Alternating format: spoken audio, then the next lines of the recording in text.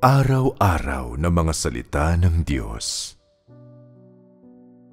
Paano dumarating ang isa sa pagkaunawa sa mga detalye ng Espiritu? Paano gumagawa ang banal na Espiritu sa tao? Paano gumagawa si Satanas sa tao? Paano gumagawa ang masasamang espiritu sa tao? Ano-ano ang mga palatandaan? Kapag may nangyayari sa iyo, ito ba ay nagmumula sa banal na espiritu at dapat mo ba itong sundin o tanggihan? Sa aktwal na pagsasagawa ng mga tao, maraming lumilitaw mula sa kalooban ng tao na palaging pinaniniwalaan ng mga tao na nagmumula sa banal na espiritu. Ang ilang bagay ay mula sa masasamang espiritu, ngunit iniisip pa rin ng mga tao na ang mga ito ay nagmula sa banal na espiritu. At may mga pagkakataon na ginagabayan ang mga tao ng banal na espiritu mula sa loob. Ngunit natatakot ang mga tao na ang gayong paggabay ay nagmumula kay Satanas. Kaya't hindi sila nangangahas na sumunod. Samantalang sa realidad ang paggabay na iyon ay ang pagliliwanag ng banal na espiritu. Kaya, maliban na lang kung titingnan ng isang tao ang pagkakaiba, walang paraan na makaranas sa kanyang praktikal na karanasan kung hindi titingnan ang pagkakaiba. Walang paraan ng pagkakamit ng buhay. Paano gumagawa ang banal na espiritu? Paano gumagawa ang masasamang espiritu? Ano ang galing sa kalooban ng tao? At ano ang galing sa paggabay at kaliwanagan ng banal na espiritu? Kung natatarok mo ang mga pagkakapare-pareho ng gawain ng banal na espiritu sa loob ng tao, magagawa mong palaguin ang iyong kaalaman at makita ang mga pagkakaiba sa iyong pang-araw-araw na buhay at sa panahon ng iyong praktikal na mga karanasan. Makikilala mo ang Diyos. Magagawa mong maunawaan at mahiwatigan si Satanas. Hindi ka malilito sa iyong pagsunod o paghahabol. At ikaw ay magiging isang tao na ang mga iniisip ay malinaw at siyang sumusunod sa gawain ng banal na espiritu. Ang gawain ng banal na espiritu ay isang uri ng maagap na paggabay at positibong kaliwanagan. Hindi nito pinahihintulutan ang mga tao na maging balintiyak. Sila ay dinudulutan nito ng kaaliwan. Binibigyan sila ng pananampalataya at katatagan. At binibigyang kakayahan sila na habulin na gawing perpekto ng Diyos. Kapag gumagawa ang banal na espiritu, nagagawa ng mga tao na aktibong pumasok, hindi sila balintiyak o napipilitan, kundi kumikilos ng may sariling pagkukusa. Kapag ang banal na espiritu ay gumagawa, ang mga tao ay nagagalak at handa, nakahandang sumunod at masaya sa pagpapakumbaba. Bagamat sila ay nasasaktan at marupok sa loob, mayroon silang katatagan na makipagtulungan. Nagdurusa sila ng may kagalakan nagagawa nilang sumunod, at sila ay walang bahid ng kalooban ng tao, walang bahid ng pag-iisip ng tao, at tiyak na walang bahid ng mga pagnanasa at mga motibo ng tao. Kapag nararanasan ng mga tao ang gawain ng banal na espiritu, sila ay lalo ng banal sa loob. Isinasabuhay niyaong mga nagtataglay ng gawain ng banal na espiritu ang pag-ibig ng Diyos at ang pag-ibig ng kanilang mga kapatid. Nagagalak sila sa mga bagay na ikinagagalak ng Diyos at kinasusuklaman ang mga bagay na kinasusuklaman ng Diyos. Ang mga taong inaantig ng gawain ng banal na espiritu ay mayroong normal na pagkatao at patuloy silang naghahabol sa katotohanan at nagtataglay ng pagkatao. Kapag ang banal na espiritu ay gumagawa sa loob ng mga tao, ang kanilang kalagayan ay pabuti ng pabuti, at ang kanilang pagkatao ay lalong nagiging normal, at bagamat ang ilan sa kanilang pakikipagtulungan ay maaaring hangal, ang kanilang mga pagganyak ay tama, ang kanilang pagpasok ay positibo.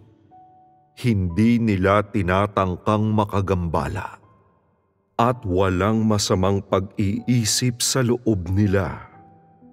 Ang gawain ng banal na espiritu ay normal at tunay.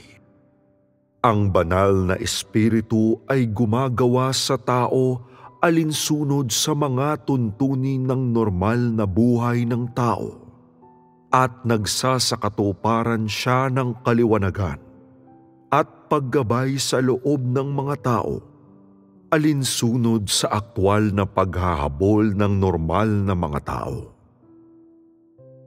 Kapag ang banal na espiritu ay gumagawa sa mga tao, ginagabayan at nililiwanagan niya sila alinsunod sa mga pangangailangan ng normal na mga tao.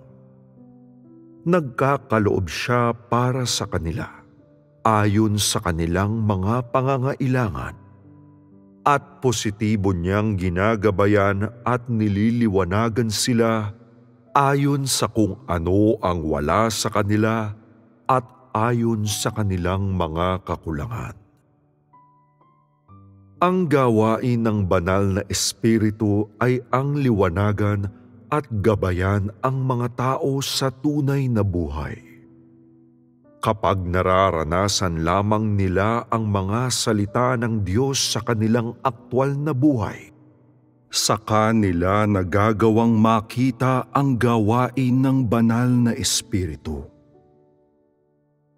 Kung sa kanilang pang-araw-araw na mga buhay, ang mga tao ay nasa isang positibong kalagayan at mayroong normal na espiritual na buhay, tinataglay nila ang gawain ng banal na espiritu. Sa gayong kalagayan, kapag kinakain nila at iniinom ang mga salita ng Diyos, mayroon silang pananampalataya. Kapag sila ay nananalangin, sila ay inspirado.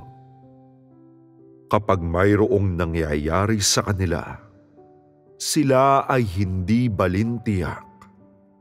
At habang nangyayari ang mga bagay-bagay, nagagawa nilang makita ang mga aral sa mga bagay na iyon na hinihingi sa kanila ng Diyos na matutuhan. Sila ay hindi balintiyak o mahina. At bagamat mayroon silang mga tunay na paghihirap, nakahanda silang sundin ang lahat ng pagsasaayos ng Diyos. Anong mga epekto ang nakakamit ng gawain ng banal na espiritu? Maaaring ikaw ay hangal at maaaring hindi ka nakakahiwatig. Ngunit kailangan lamang gumawa ang banal na espiritu para magkaroon ka ng pananampalataya. At palagi mong madarama na hindi mo maiibig ng sapat ang Diyos. Magiging handa kang makipagtulungan, gaano man katindi ang mga paghihirap na darating. Ang mga bagay-bagay ay mangyayari sa iyo at hindi magiging malinaw sa iyo kung ang mga ito ay galing sa Diyos o mula kay Satanas. Ngunit magagawa mong maghintay at hindi ka magiging balintiyak o walang ingat. Ito ang normal na gawain ng banal na espiritu. Kapag ang banal na espiritu ay gumagawa sa loob mo, nakakaranas ka pa rin ng mga tunay na paghihirap. May mga pagkakataon na mapapaluha ka at may mga pagkakataon na magkakaroon ng mga bagay na hindi mo kayang mapagtagumpayan. Ngunit lahat ng ito ay isang yugto lamang ng karaniwang gawain ng banal na espiritu. Bagamat hindi mo napagtagumpayan ang mga paghihirap na iyon, at bagamat sa panahong iyon, ikaw ay mahina at puno ng reklamo, nagawa mo pa rin pagkatapos na ibigin ang Diyos ng may lubos na pananampalataya. Hindi ka mapipigilan ng iyong pagiging balintiyak na magkaroon ng mga normal na karanasan. At anuman ang sinasabi ng ibang tao at kung paano kanila inaatake, nagagawa mo pa ring ibigin ang Diyos. Sa panahon ng pananalangin, palagi mong nadarama na sa nakalipas ay masyadong malaki ang pagkakautang mo sa Diyos at ikaw ay nagpapasya na palugurin ang Diyos at talikdan ang laman tuwing nahaharap kang muli sa gayong mga bagay. Ipinakikita ng kalakasang ito na naroroon ang gawain ng banal na espiritu sa loob mo. Ito ang normal na kalagayan ng gawain ng banal na espiritu. Anong gawain ang nagmumula kay Satanas? Sa gawain na nagmumula kay Satanas, ang mga pangitain sa loob ng mga tao ay malabo. Ang mga tao ay walang normal na pagkatao. Ang mga pagganyak sa likod ng kanilang mga pagkilos ay mali. At bagamat nais nilang ibigin ang Diyos, palaging mayroong mga pagbibintang sa loob nila. At ang mga pagbibintang at mga saloobing ito ay nagsasanhi ng patuloy na panghihimasok sa loob nila.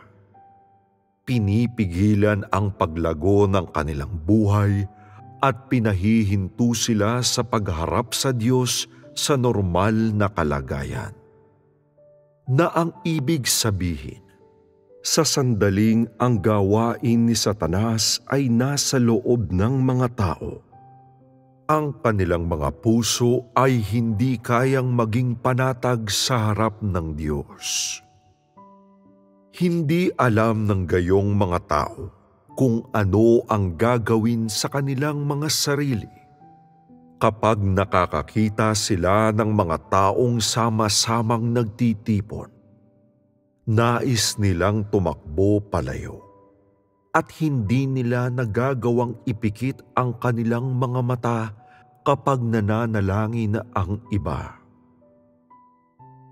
Sinisira ng gawain ng masasamang espiritu ang normal na ugnayan sa pagitan ng tao at ng Diyos, at ginugulo ang dating mga pangitain ng mga tao o ang kanilang dating landas ng pagpasok sa buhay. Sa kanilang mga puso, hindi nila kailanman kayang mapalapit sa Diyos. At palaging nangyayari ang mga bagay-bagay na nagdudulot ng paggambala sa kanila at gumagapos sa kanila. Ang kanilang mga puso ay hindi kayang makasumpong ng kapayapaan. At sila'y iniiwan na walang lakas na ibigin ang Diyos, at ang kanilang mga espiritu'y lumulubog. Ganoon ang mga pagpapamalas ng gawain ni Satanas. Ang mga pagpapamalas ng gawain ni Satanas ay ang mga sumusunod. Hindi kayang manindigan at tumayong saksi na nagiging sanhi upang ikaw ay maging isang tao na may mali sa harap ng Diyos at yaong walang katapatan sa Diyos. Kapag nanghihimasok si Satanas, naiwawala mo ang pag-ibig at katapatan sa Diyos sa loob mo.